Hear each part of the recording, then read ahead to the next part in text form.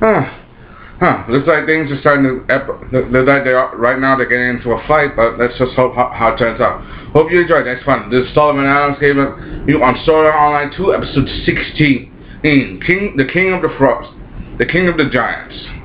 Yeah. Now that they know what to do, they're on another quest to find the Holy Sword Excalibur to stop the King of the Frost Giants from taking over and virtually from destroying their world.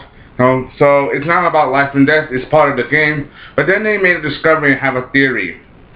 Even though Alfheim Online is just Sword Art Online, there's a different version of Sword Art Online, it's still on the same cardinal system as Sword Art Online. For example, when Kirito defeated Heathcliff, aka Haiko Kayaba, the game began to become deleted, and the Ironclad had fell apart. So they believe that because of the constant update changes and programming in the program, that means if anything seriously bad were to happen, if the quest is a total failure and things don't go exactly as they want, their world could completely fall apart. For example, they can't make a backup system of the whole Ironclad thing. Sure, they will receive their personal data, their personal skill set, but the whole Ironclad thing would just fall apart. That includes Liz's shop, all the stores, they would lose some of the connections they have with their friends. That's a shame. I gotta admit, it's a little interesting, but it's not exactly what you call the mind-blowing life or death peril we got from SAO. I mean, there's gotta be more to the game than that. In SAO you get action, you get drama, and you get a whole lot of fight. You get also a life and death scenario on the people who are there, but there's no proof. But in this version, there's not. It's like more or less if they lose, their favorite game gets deleted. I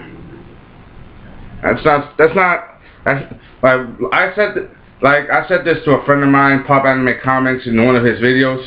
New story, new rules, and I'm right. Alright, but let's just hope the creators will finally start to amp up the character and make things a little more interesting in the game. Also, you get to know that Kirito has what you call skill in the last SAO update, Skill Connect. It's kind of like Kirito's dual wielding in the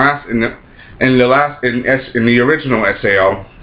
But Skill Connect, instead of using both swords to attack at the same time, you attack with one sword, then reroute the skill to another for a counter-offensive.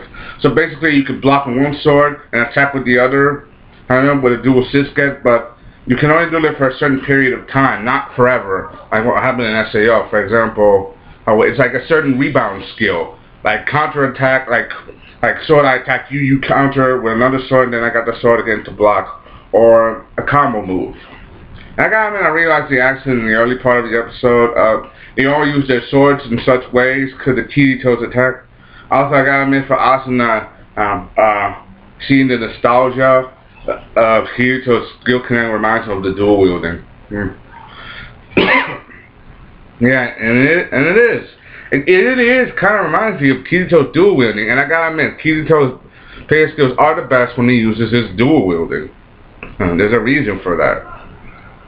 Also, so if I don't mention this now, Kine, literally, while it's now Kine, he has feelings for this character, Yumura. She's like this fairy princess that's trapped in ice, but basically feeling for her, even though they all suspected it was trapped. He was the only one because he thinks she's hot. Kine is so desperate to find the person he wants to be with. He's willing to fall in love with a cat that is probably not real. But also in this level, so they have to face they have to face the last boss. Remember, they're on level 2 of that upside down pyramid thing, of the fortress pyramid. Level 2, they already got to level 1. It's gonna take them a while.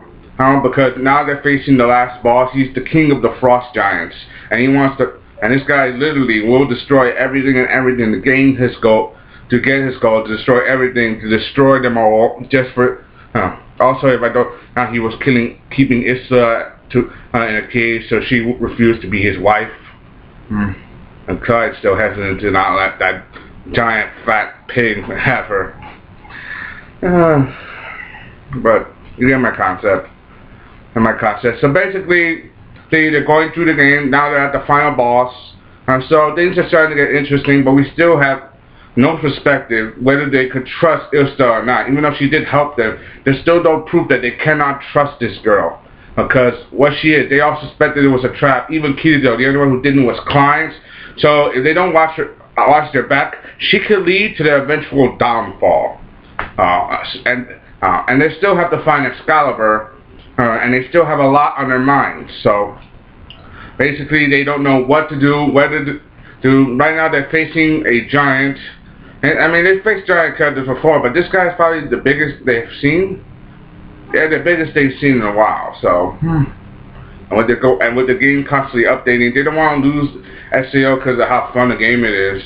And so basically, if they lose their game, they got nothing better to do. What do you think? Do you like it? Do you hate it? If this is your opinion or mine, I want to listen to your opinions. You can comment down below. I'll put the link down in the description. Hope you enjoyed this fun. This is Sellavin. You want Sword Art Online 2, episode 16. Hope you enjoyed that. Comment, subscribe. Thank you. Signing off.